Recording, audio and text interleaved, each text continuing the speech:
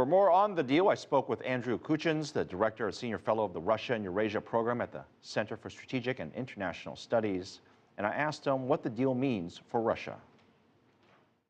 It's a big, I think, it's very important for Mr. Putin and for Russia and for Gazprom especially, that they've been wanting to expand their presence in energy markets in Asia, and it's clear that China is going to be the biggest buyer of oil and gas from them, as well as the biggest investor likely into the development of these resources.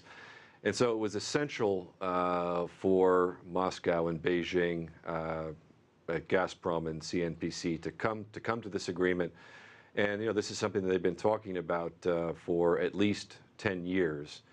And in particular, under the circumstances, right now, Philip, where with Russia's relations with Europe, the West at large, in a pretty difficult time, I think it was especially even more important for Mr. Putin to be able to deliver on this deal. Are you insinuating that the crisis in Ukraine has helped China in terms of leverage and getting a deal done on this particular timeline?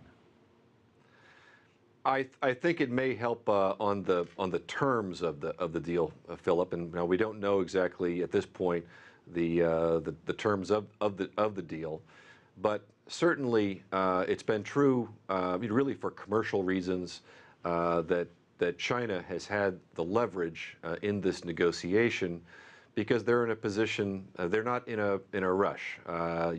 China has already secured significant LNG supplies into the future. China is working hard to develop its own gas resources, including shale gas resources.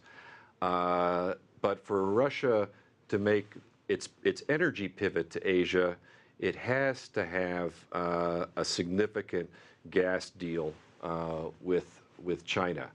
And so I think before Ukraine, Russia's leverage in the negotiation was not that great, and I certainly don't think that it improved. And it would be difficult for Moscow perhaps to get the same price or the same terms that they might have before. There's a lot of infrastructure that needs to be built before anything can start flowing. What's the timeline in your mind? When's as soon as they can build everything out, and then at what point does it start to impact the domestic energy pie, so to speak? Well, so they're talking, Philip, about 2018 as the start point when gas would actually hit the Chinese market from this deal.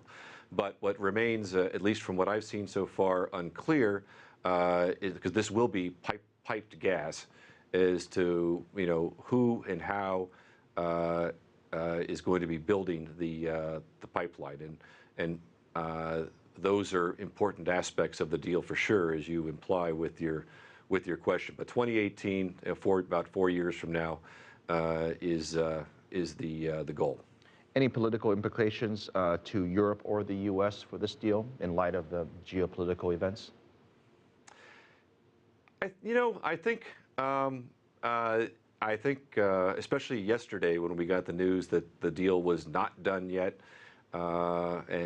and it was possible that Mr. Putin would have been getting on an airplane leaving Shanghai without the deal.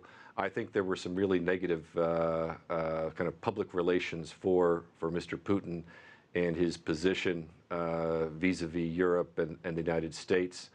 I think my sense for China's position is that, hey, this is business. Business is business. It's nothing personal, and not anything really political. But we're going to be bargaining hard to get the best, lowest price that we can for these resources. But certainly when we're talking about a 30-year deal for supplies of piped gas, I mean, there are important political implications about this, and it does increase the mutual dependency of China on Russia and Russia on China to some extent.